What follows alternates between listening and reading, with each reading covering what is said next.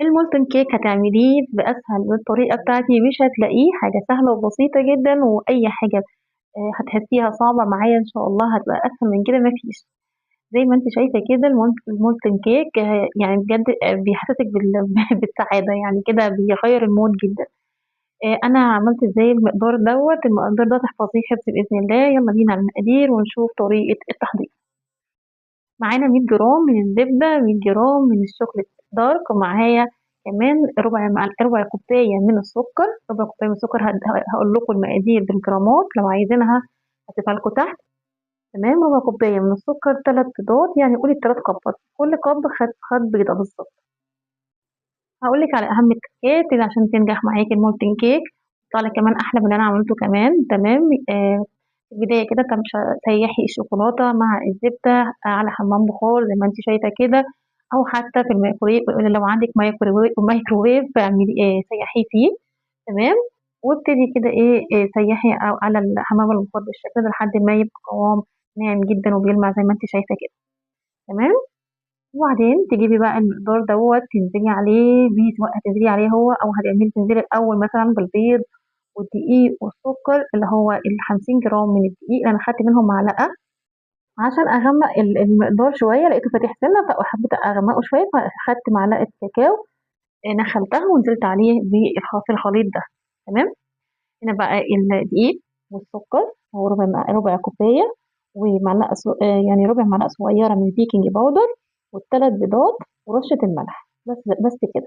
اضربي كل الخليط ده مع بعض كده، اضربيه كويس جدا، وانزلي عليه طبعا الفانيليا.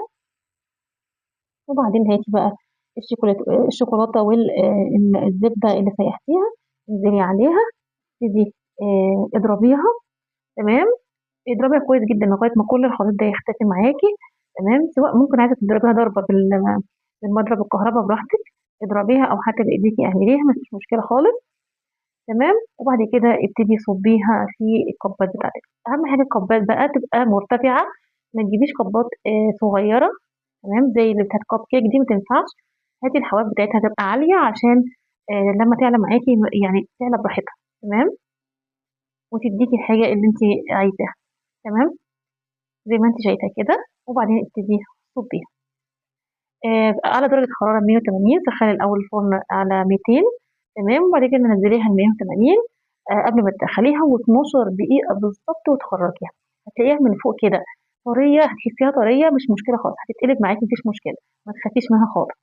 تمام، يعني حتى لو لقيتيها من فوق طرية كده مش متماسكة قوي، فهي عادي جدا. أهم حاجة ما تزوديش عن 12 دقيقة، كمان 12 دقيقة ممكن يبقى كتير، فأنت ما تزوديش أبدا على 12 دقيقة.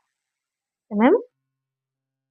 عايزاها تنزل زي البركان، ممكن تحطيها 10 دقايق بس، 10 دقايق بس وطلعيها. تمام، بس انا حطيته اكتر من كده عشان تبقى انا عايزاها متماسكه شويه، لكن عايزاها زي البركان كده هي 10 دقايق بالظبط في الفرن. خرجيها وبعدين اقلبيها وهي سخنه بتتاكل. تمام. بتحطي المقدار قد ايه؟ 3 ارباع الكوب، 3 ارباع الكب اللي انت شايفاه حطي 3 ارباعه، مش نصه. تمام. ده مقدار تاني انا عملته برضو، عملنا 3 بيضات تاني، وواحده عملت الخليط بس نزلت هنا بالخليط على طول بالسكر، دوقت السكر حطيت على طول بعدين البيض عليه، وضربت بسرعه عشان كمان كانت الشوكولاته سخنه، ف ما تستويش معايا، فبتضربي بشكل اسرع من كده كمان. تمام. وتحطي الفانيليا وربع كوبايه السكر، عايزه تزودي السكر براحتك، بس المقدار ده مظبوط زي ما انت شايفه كده. ونص كوبايه من الدقيق، يعني 50 جرام من الدقيق. انما الزبده والشوكولاته الاثنين قد بعض، 100 جرام و100 جرام. مقدار تحفظيه ومش هتبطلي تعملي بيه. لايك وشير، اوعي تنسيه. المولتن كيك هيطلع معاكي تحفه جدا جدا، مش هتبطلي فعلا انك انت تعمليه لاولادك، ودايما هيطلبوا منك. النكهه دي بقى حطيت فيها معلقه صغيره يعني من البن. انا بحب طعم القهوه. تمام. حطيت القهوة، طعم القهوة. عايزة تحطي بقى نسكافيه حطي براحتك جدا، الطعم اللي تحبيه حطيه. وبعدين تبتدي تصبيه في القوالب كده، دخليها الفرن 180 على 180 درجة، 170 كمان. تمام. لمدة 12 دقيقة زي ما اتفقنا. شايفين في الفرن هتبقى شكلها ازاي؟ بصي انت تحسيها طرية كده من فوق، لأ عادي جدًا هتخرّجيها، هنا هتخرّجيها على طول وما تطوّليش عليها، شايفة شكلها؟ تمام، وابتدي بعد كده اقلبيها وتخرج معاكِ زي السكر، وبجد هتعجبِك وزي ما هتعمليها. اللايك بتاعِك بيفرق معايا جدًا، بيفرق في الصفحة عشان دعم الصفحة، من يعني يا ريت ما تنسوش، يا ريت بقى تعملي لايك وشير وتعملي كومنت لطيف جدًا، ولو حابة أي حاجة في الوصفة مش واضحة قولي لي عليها، وهنا رشيه بقى برشة مثلًا سكر باودر، أو حتى لو عندِك كريم كراميل كده قصدي عندِك كراميل حطيه من فوق كده، أي حاجة أنتِ عايزة تحطيها من فوق حطيها، لايك وشير، اوعي تنسي، مع السلامة.